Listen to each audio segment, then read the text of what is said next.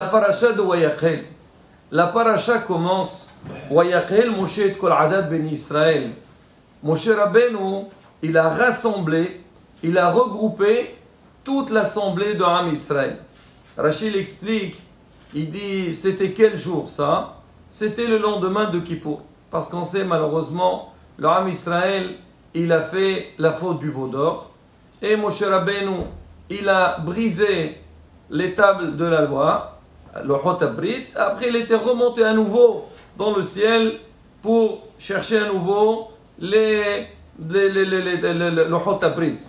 Alors Moshe Rabbeinu, il est venu le lendemain de Kippour. On dit que le jour de Kippour, Kadosh Baruch, il a dit à Moshe, Wayom Hashem, salahti kidvarecha. J'ai pardonné comme ta parole. Donc tu as pu défendre le peuple d'Israël. Il n'y a pas de souci, on va avancer. Alors Moshe Rabbeinu, dès qu'il est venu, la première des choses, il a regroupé le peuple d'Israël, tout le peuple d'Israël, pour leur parler.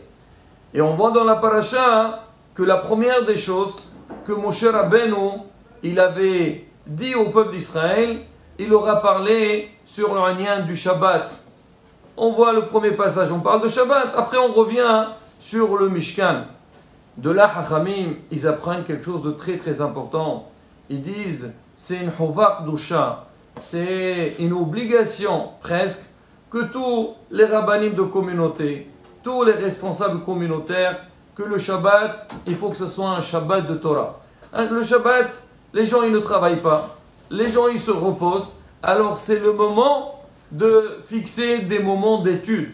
Comme c'est marqué, c'est Shulchan Aruch Mefurash. Lo nitnu Shabbatot v'yamim tovim l'Am Israël ela la'asok bahem batorah. Ils n'ont été donnés les Shabbatot et les jours de Yom Tov pour le peuple d'Israël seulement pour étudier la Torah. C'est vrai qu'on doit respecter le Shabbat, c'est marqué Shabbat Menucha. Alors il y a beaucoup de choses avec lesquelles l'homme il réjouit son corps, mais derrière ça, l'homme il doit fixer un moment d'étude.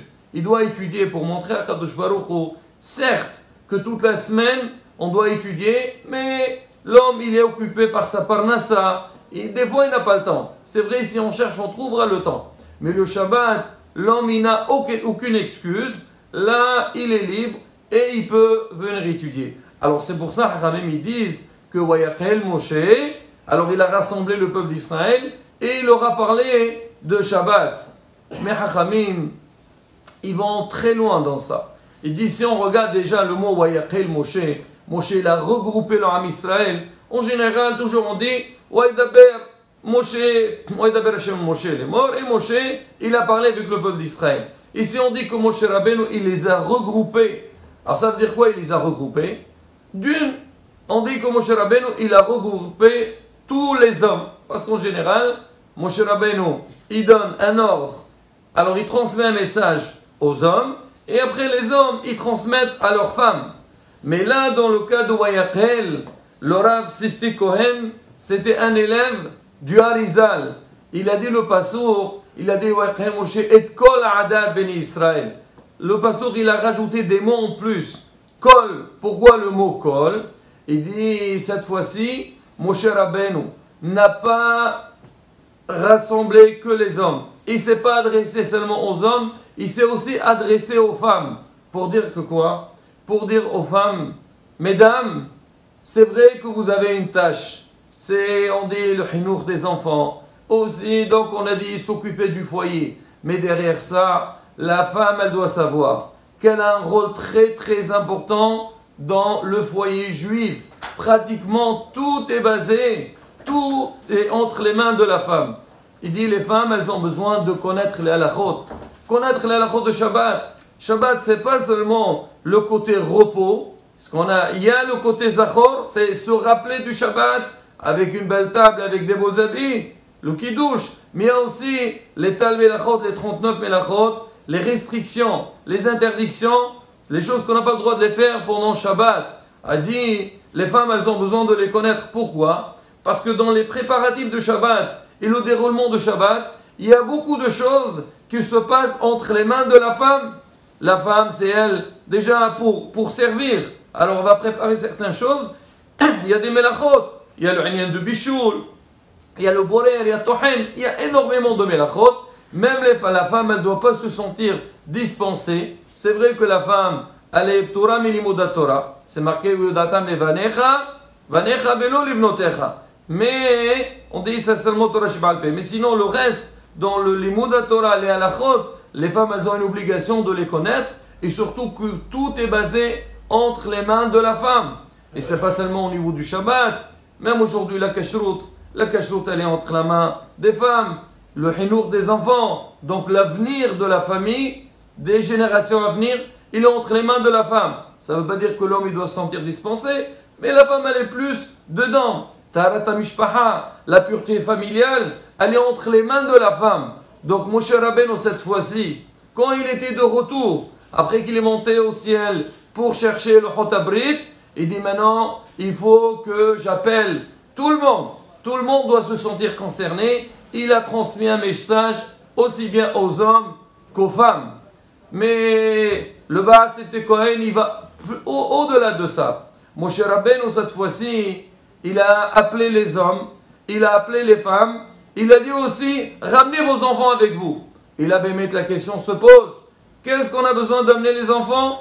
Qu'est-ce qu'ils comprennent les enfants? C'est vrai, c'est marqué à Mitzvot Hinour, quand l'enfant il arrive à l'âge de Hinour, à partir de 6-7 ans, alors on doit lui apprendre, il doit connaître certaines choses, comme ça, Bezat Hashem, quand il arrive à l'âge des mitzvot, il saura quoi faire.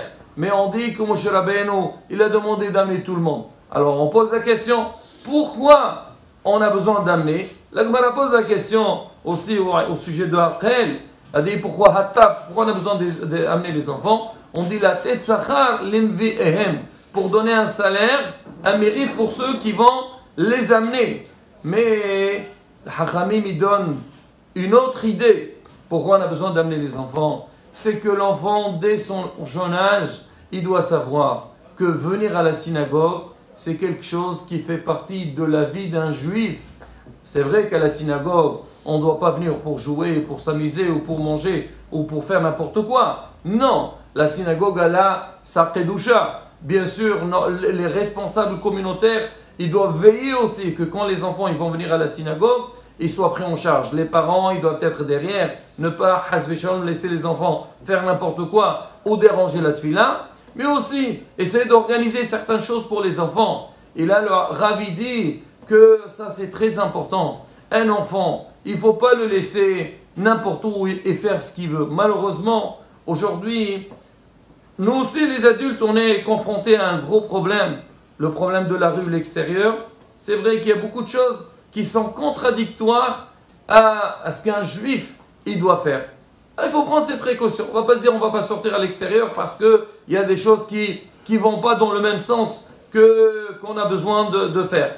On fait attention, mais il y a aussi certaines choses. Aujourd'hui surtout avec tout ce qui est, on va dire, les smartphones, les portables et les tablettes et tout, malheureusement, aujourd'hui, on est tous touchés. Les adultes, les hommes, les femmes et aussi les enfants. Combien de personnes, quand on commence à parler un petit peu de ce sujet-là, donc on dit les portables, tous les parents disent on ne sait pas. Les enfants ils sont accrochés à ça, ils n'arrivent pas à se séparer.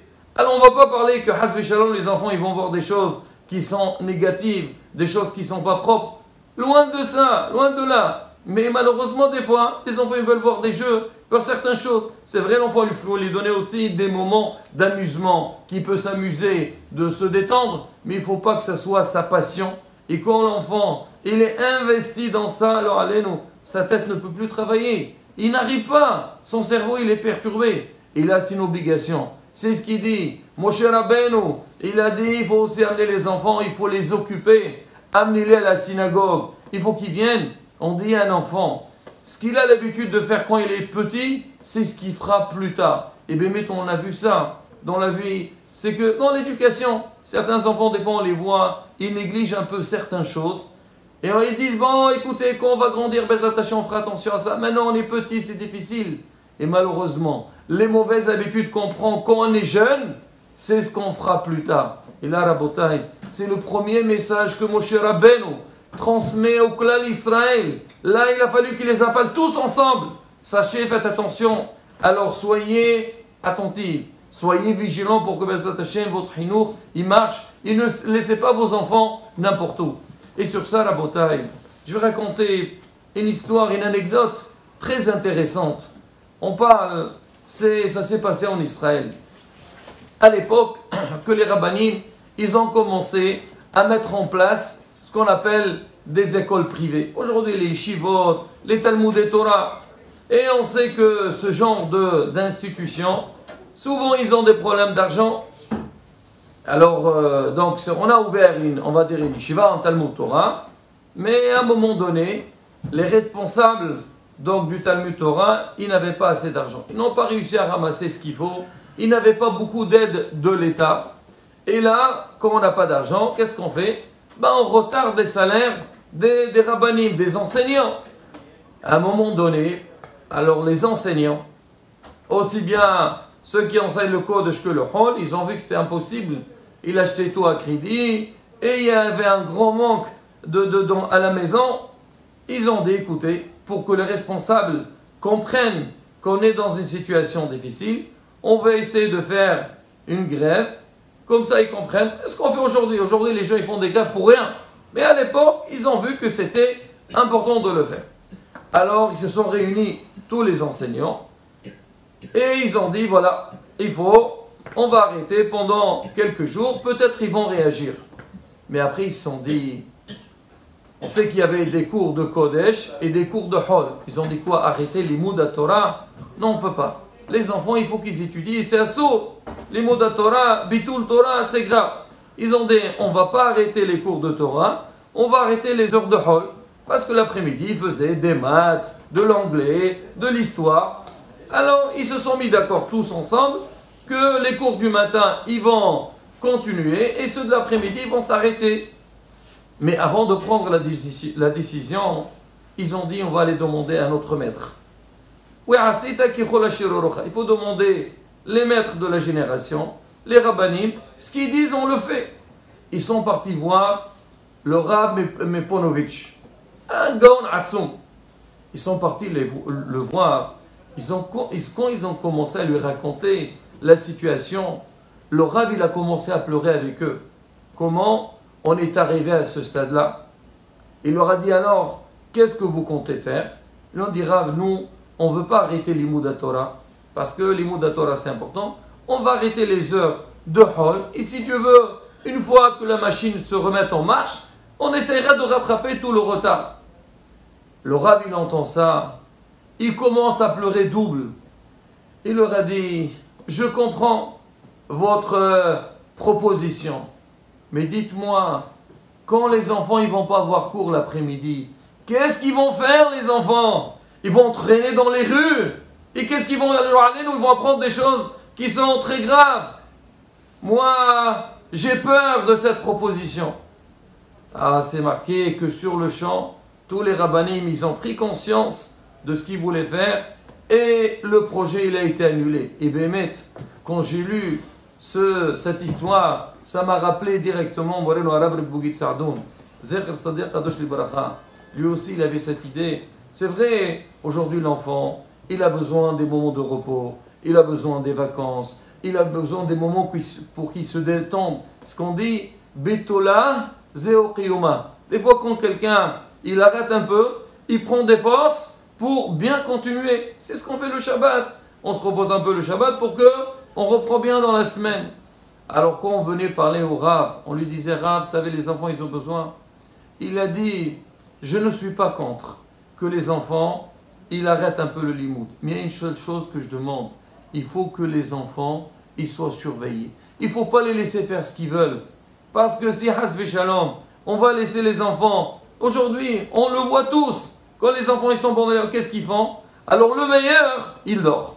Et il est dans le lit, voilà, je suis en vacances, c'est le Shabbat, je me lève à 10h, 11h du matin. Parce que je suis fatigué. Est-ce que vraiment il est fatigué pour qu'il se lève à 11h du matin? Non, parce que l'enfant il s'ennuie.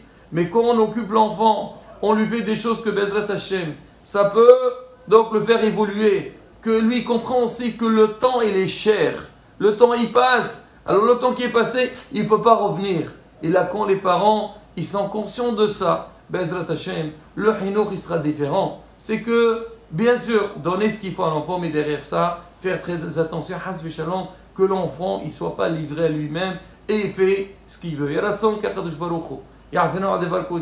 pour qu'on puisse aller dans son chemin, le chemin de la Torah, pouvoir éduquer nos enfants dans le bon chemin pour qu'ils soient des Yerei Shamayim, Ba'alei Midot Tovot, qui représentent, donc, comme on dit, la religion juive comme il se doit. Amen, Ken Yeratzon. Shabbat Shalom.